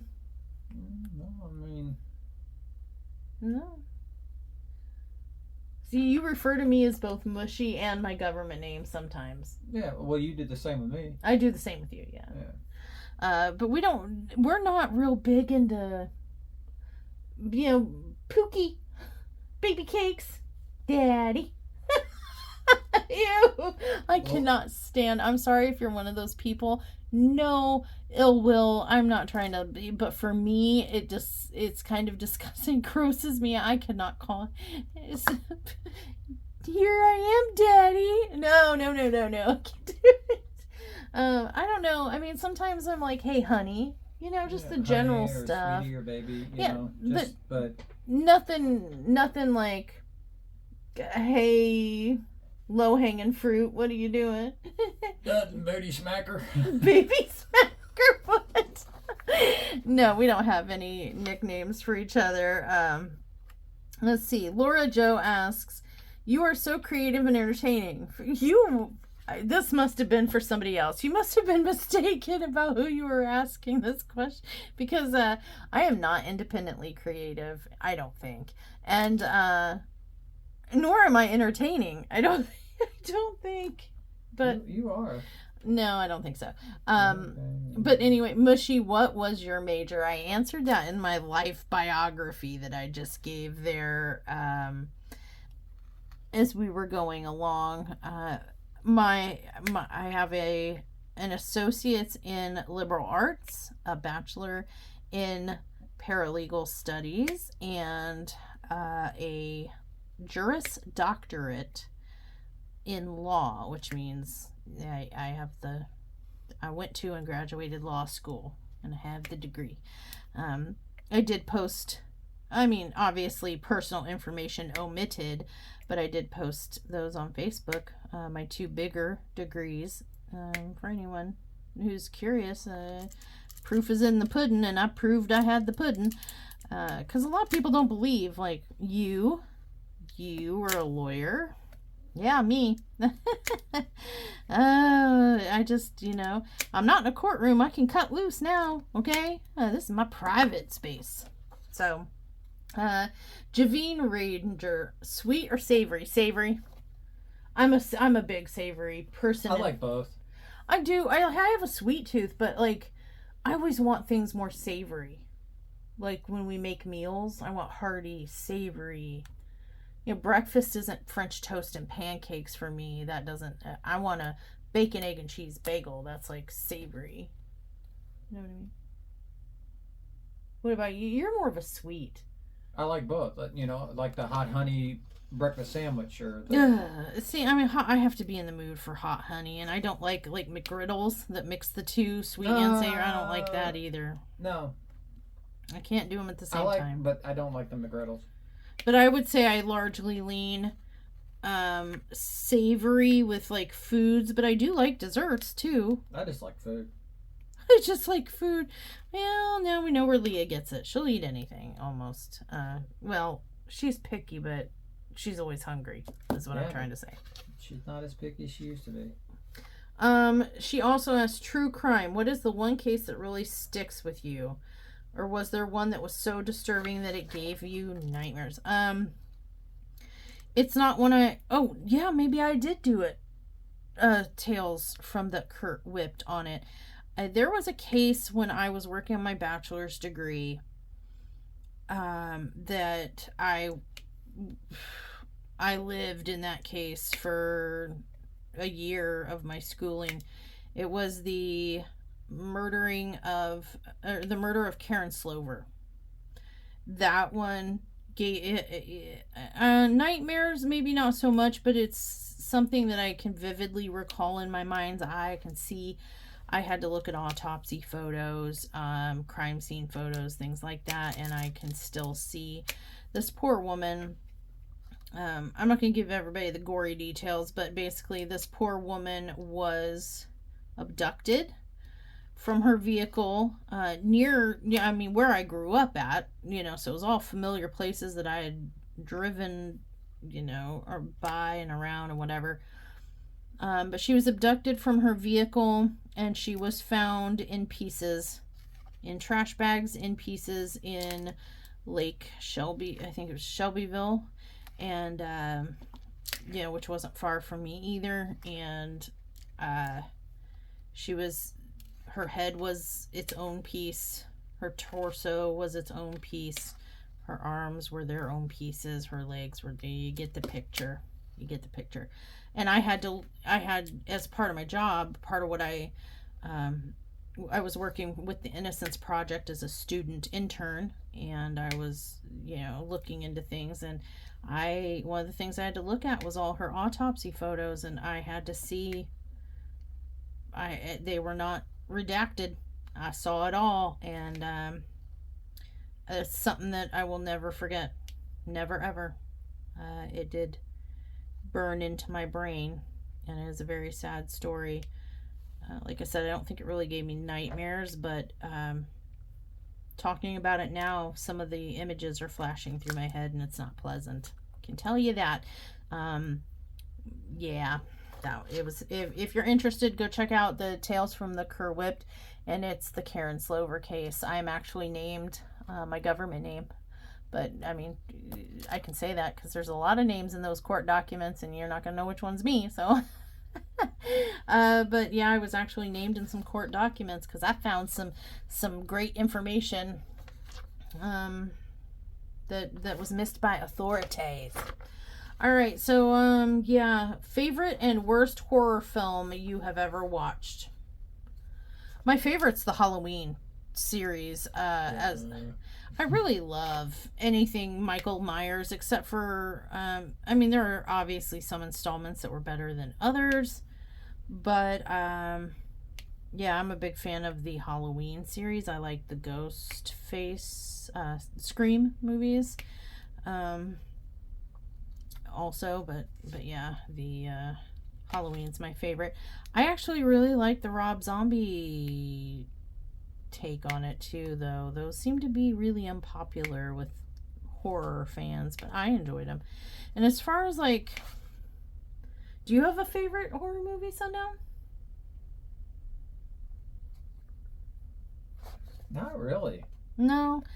It's whatever catches my eye, You'll watch horror movies with me and or with us and stuff, but that's not something you're watching cooking shows. Well, yeah. Or car shows on videos on YouTube. You're not a big I don't know that I'd call you a horror buff, but you don't dislike it. Well, like the Scream and stuff like that, the old school Leprechaun. Yeah, well, those are, I like those too, but are those your favorite? Actually, what's been my favorite so far? Has been the ones that I found on YouTube, the fan base. Oh, the fan. Yeah, they've been really freaking good. I was really surprised. All right, is there anyone that you that was so disturbing it gave you nightmares? Nah. No. I had a reoccurring nightmare as a child that sometimes it would be Jason Voorhees and sometimes it would be Michael Myers, but that they were coming up the stairs to the top of the stairs where my bedroom was when I was a kid, and then they were doing what they do, but they did it to me, and I would wake up as soon as the knife made contact. I would snap awake. I had that reoccurring nightmare as a child. I guess I shouldn't have been watching those movies as young as I did. I don't know. Would they have been out then? Early 80s? Oh, yeah. Yeah, or mid 80s? Yeah, okay. That's probably where it came from then. All right. A question for middle of the night mushy. Where is your go-to place to shop? Have you ever purchased something thinking it was X, and when it arrived, it was nowhere what you thought it would be. Yeah, I've done that on Temu, thinking that I was getting a diamond painting, and it comes as a canvas, a stinky little rolled up in a tube canvas. I've done that a couple times. I think everyone has at this point, probably, and if you haven't, your time is coming. There's your warning. But my favorite place to shop is middle of the night mushy. Probably Etsy, because there's so many different things on Etsy. Any place that takes money. And Temu. And Temu, because I get hooked into Temu and Etsy a lot because of the variety, you know. But nowhere is safe from middle of the night mushy. No. It just depends on what she feels like when she wakes up in the middle of the night and what she's wanting to bring in the house. Let's see. Kristen Block asks, tell us about you and Sundown way back and how you fell in love and where you loved to go with each other. Well, I kind of touched on that and how we met and stuff. And all I can say is that it was kind of a love at first sight thing. Like, there was, I felt him before I saw him. I knew what, I just knew before I even walked in the building and laid eyes on him. And then once I did lay eyes on him, that was it. That was a gas bubble you were feeling. That was a gas bubble. What about for you, Sundown? Oh, once I looked up. Actually, once I heard your voice. Oh, you heard my voice coming through and looked up, made eye contact with you. Yeah, and we used to like to go to, was there a particular bar that I know we used to like to drink oatmeal cookies. Yes. With an alcoholic back libation. Then we could sit at our job and, you know, after hours, yeah. we could sit up at the Applebee's bar and partake. But we went out with our friends somewhere. I don't remember if it was like a favorite place or if it just wherever somebody wanted to go that night. But that's pretty. Yeah, we didn't have a designated place. No. There were times where we'd just hang out, and he had a pickup truck, and we'd hang out in his pickup truck and talk and look up at the sky and whatever. And sometimes we'd go out to the bar, and our favorite drinks were oatmeal cookie drinks. Yep. The alcoholic kind. Yeah, they sneak up on you. Yeah, they do. They taste so good though. I don't know. We just did everything together. We were joined at the hip, so I mean, like we did everything. There wasn't anything we didn't do together. I don't think, except for I did go get a tattoo without you once. The Chinese characters on my neck. Yeah. Oh, which is something else, by the way. Now that I'm mentioning it, the Chinese characters thing is really kind of a fun, interesting thing about me and Sundown is, the years that we were not communicating, we were apart, we were separated, doing our own separate lives. When we were together, I started getting Chinese characters tattooed on the back of my neck. And the idea was I wanted them down my spine, down all the way from the top down my spine to my backbone. And I wanted it to be symbolic of the things that made me who I am. Essentially my spiritual backbone on my literal backbone, if that makes sense. And come to find out, during our years that we were separated, he went and got Chinese characters on the back of his neck too. Yep. Copycat. Mine's different though. Yes, yours is on a scroll, yada yada yada. But I'm just saying, like, so can you tell us why you did that? Why you chose to copycat my tattoos? Connection to you. Yeah, but I had no idea. But yeah, he was putting tattoos on his body. He was missing me so much. I got the power. Okay, let's see. Do we have a song? No.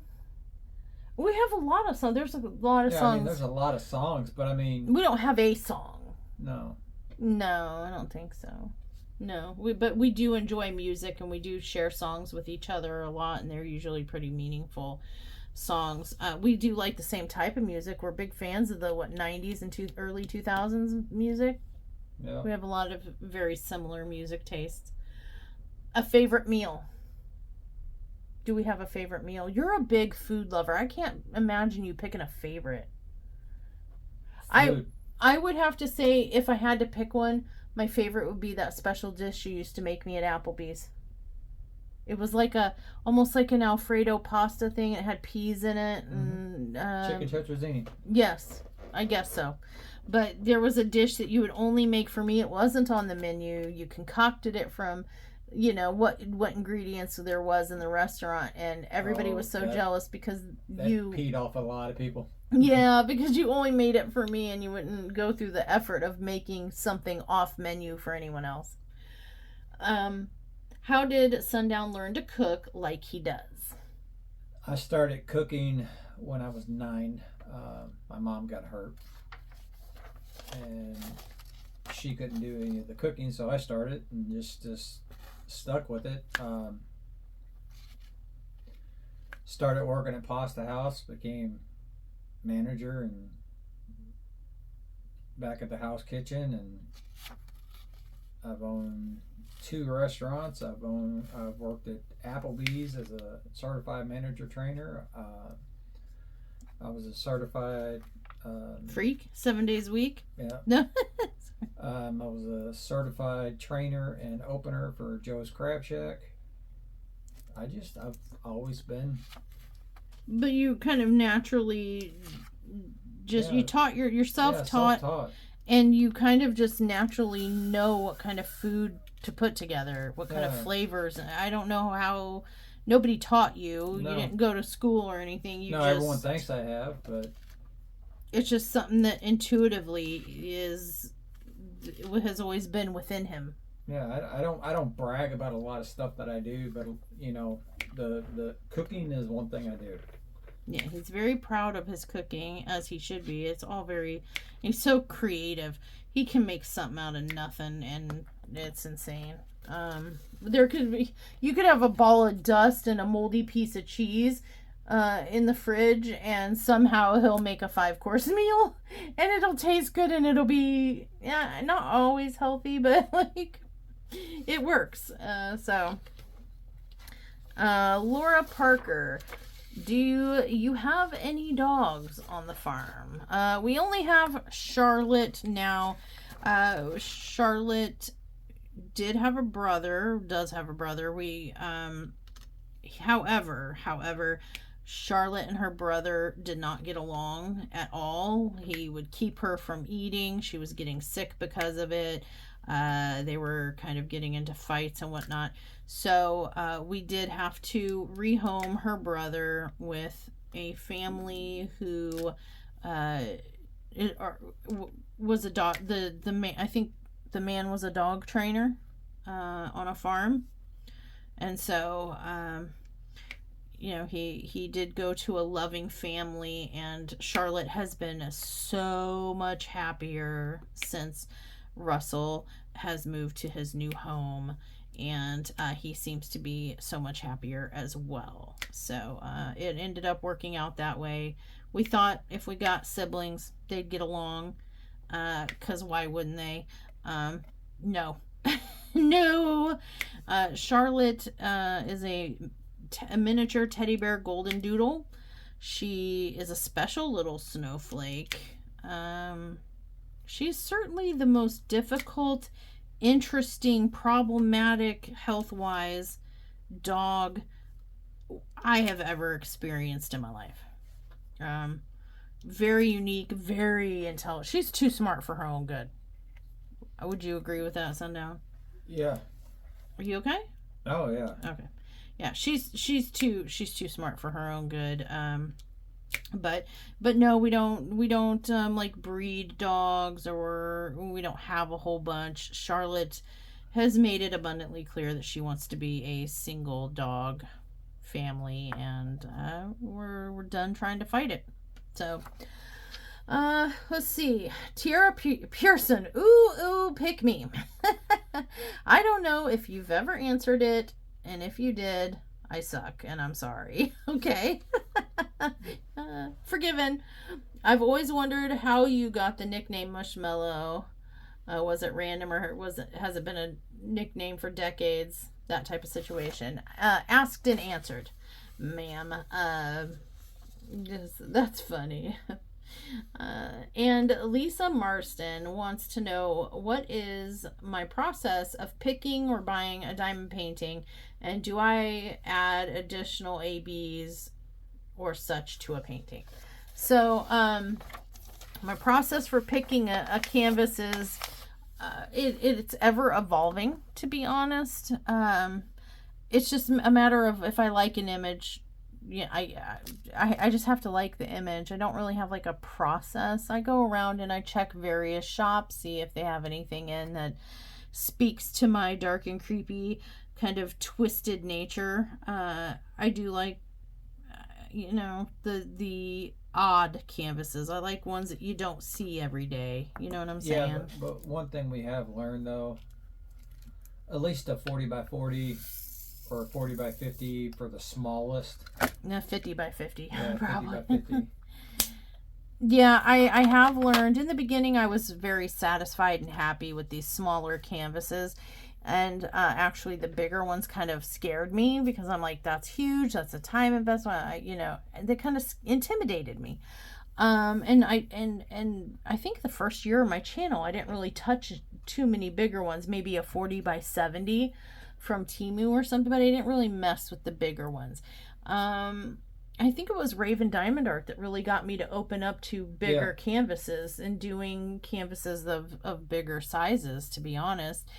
I like, when I'm looking for a canvas, I want to find unique pieces that you don't see everywhere all the time, unique subject matters and stuff. I like, I'm very cautious about where I'm getting it from. I always order up a size or two if it's something like Temu or any other budget company, because they include their borders in their measurements, not just the drill field. Whereas small shops and premium companies, they don't include the border in their measurement. So what measurements you see or what you get. So I kind of analyze that a little bit, and it has to be a unique image. I like anything, dark and gothic and stuff like that. I sometimes, and you're going to see this if you watch along with the challenge, occasionally I will add special drills to a generic canvas, and by generic, I mean one that has no specials included with it. And I do enhance my canvases occasionally. I do so intentionally to highlight certain things. And in my / the stash challenge coming up with the next month, April, when we do the next month of selections and stuff, I'm going to be adding a new movie role to the challenge. It's going to be the Scream Queen, and aka like a drama queen situation. And it's going to be a canvas that I have to enhance with special drills.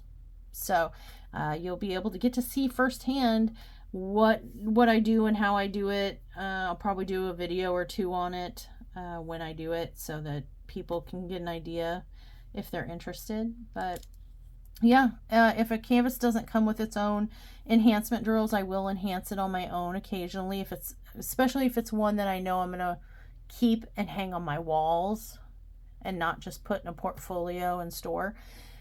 And when I order, ABs are not my favorite. I'm not a big fan of ABs. I'll use them if I have to, but they're not my favorite. I much prefer metallic as my favorite drill. The luminous ones in the Rokari kits, those are my next favorite, followed by glitter or fairy dust, however you want to say it. I really like those. I'm a huge fan of glow in the dark too. I do like to use glow in the dark drills, especially, like I said, those statement pieces that are going to hang on my wall. And yeah, so I hope that answered the question. And that was really all. There weren't too many questions. I don't know what to make of that, good or bad, but or neither. But that was it. And so now you guys have been through my life history and me and Sundown's history together, and you know about my medical stuff and some of my personal stuff and some of our us stuff and diamond painting stuff, and That's a lot of stuff. that's a lot of stuff, and the video has been long. So we're done here. Oh, and you were through the haunting, the great haunting, where the every time I said the C word, the frickin' power went out. That, I don't know what to think of that. That was, I don't believe in coincidences, but man, what a strange coinky dink. Started talking about the health stuff, and the power was like, brr, brr, nope. Brr, brr. All right. Well, you guys, thank you so much for hanging out with us. I hope you enjoyed getting to know me. I don't do this kind of thing very often. I'm usually kind of more of a reserved, kind of private person. I do talk about things going on in my life occasionally, but much less frequently than most channels. I don't have like a weekly thing that I do. I don't know. I'm just kind of uncomfortable talking about myself a little bit. I don't know why. It just makes me feel weird. Makes me feel like the me show, and that's not the kind of person I am. So anyway, I hope you enjoyed learning about me, and welcome to the channel if you're new, and if you're only like mid-grade new and some of this was new stuff to you and some of it wasn't, I hope you enjoyed getting to know me a little better. And if you're an OG and you knew all this stuff because you've been here the whole time, so I don't know. Sorry. Thank you. Thank you for hanging in there anyway. And with that, we're done here. And until next time, stay naughty. Peace.